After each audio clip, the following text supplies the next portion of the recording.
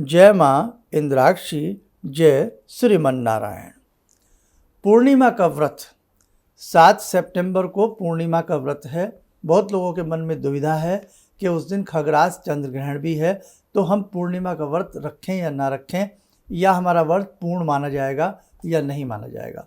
हम भगवान को भोग प्रसाद कैसे लगाएं और हम शाम के समय जो भी भोजन आदि ग्रहण करते हैं वो कैसे करेंगे, बड़ी लोगों के मन में दुविधा है। आइए दुविधा दूर करते हैं।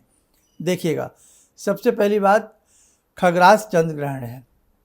इस ग्रहण का जो सूतक है वो दिन में 12:57 पर प्रारंभ हो जाएगा और जो फिर रात्रि कालीन तक ही एक तरह से 1:26 तक ये रहेगा। ठीक है, शुरू कितने बजे हो रहा है ग्रहण का सूतक? दिन में 12:57 से।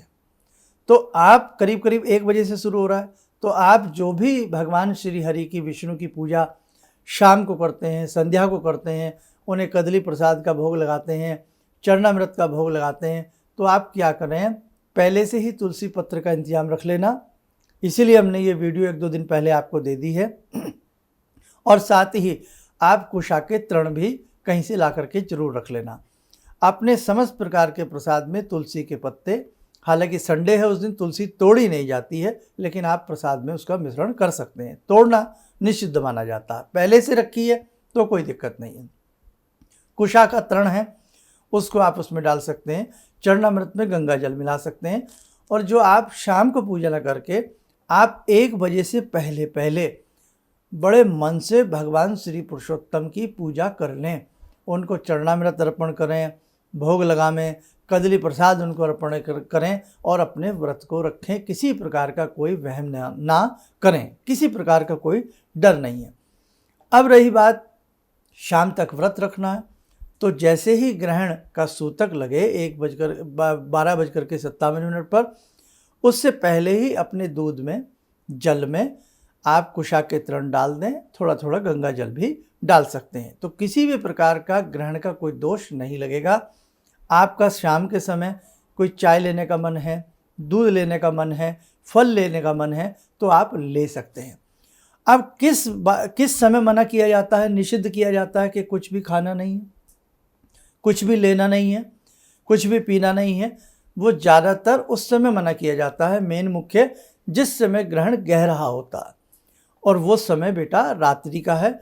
9:57 से ग्रहण प्रारंभ होगा रात्रि के, यानी कि 10 ही बज जाएंगे करीब करीब। 10 बजे से प्रारंभ होगा और रात्रि के 1:26 तक रहेगा।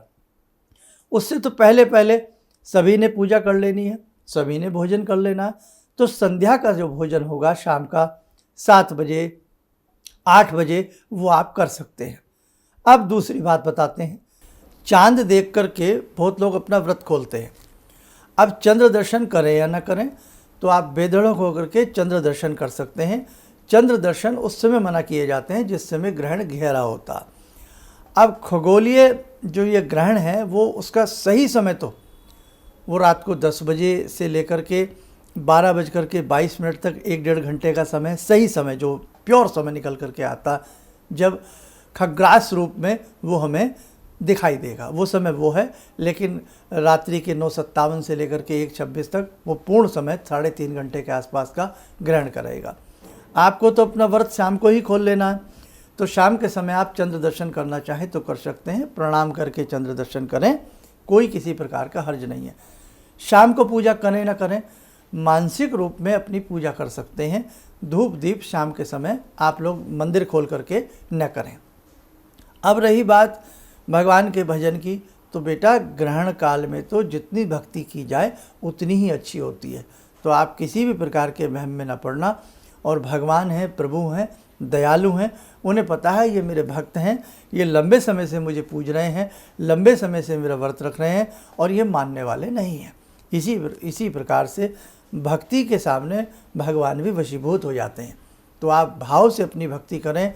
हाँ, ग्रहण उसी समय शाम को हो रहा होता, ग्रहण गहरा होता, तो बात अलग होती कि हमें शाम को अपना व्रत कैसे खोलेंगे। तो यहाँ किसी प्रकार का कोई व्रत रखने में, व्रत को खोलने में और भोजन करने में कोई दोष नहीं है। बस अपने भोजन प्रसाद में आप कुशा के तृण और गंगा जल जरूर उसमें थोड़ा बहुत मिश्रित कर लेना और चलते फिरते उठते बैठते श्री हरि श्रीमन्नारायण का बेटा जप करते रहना।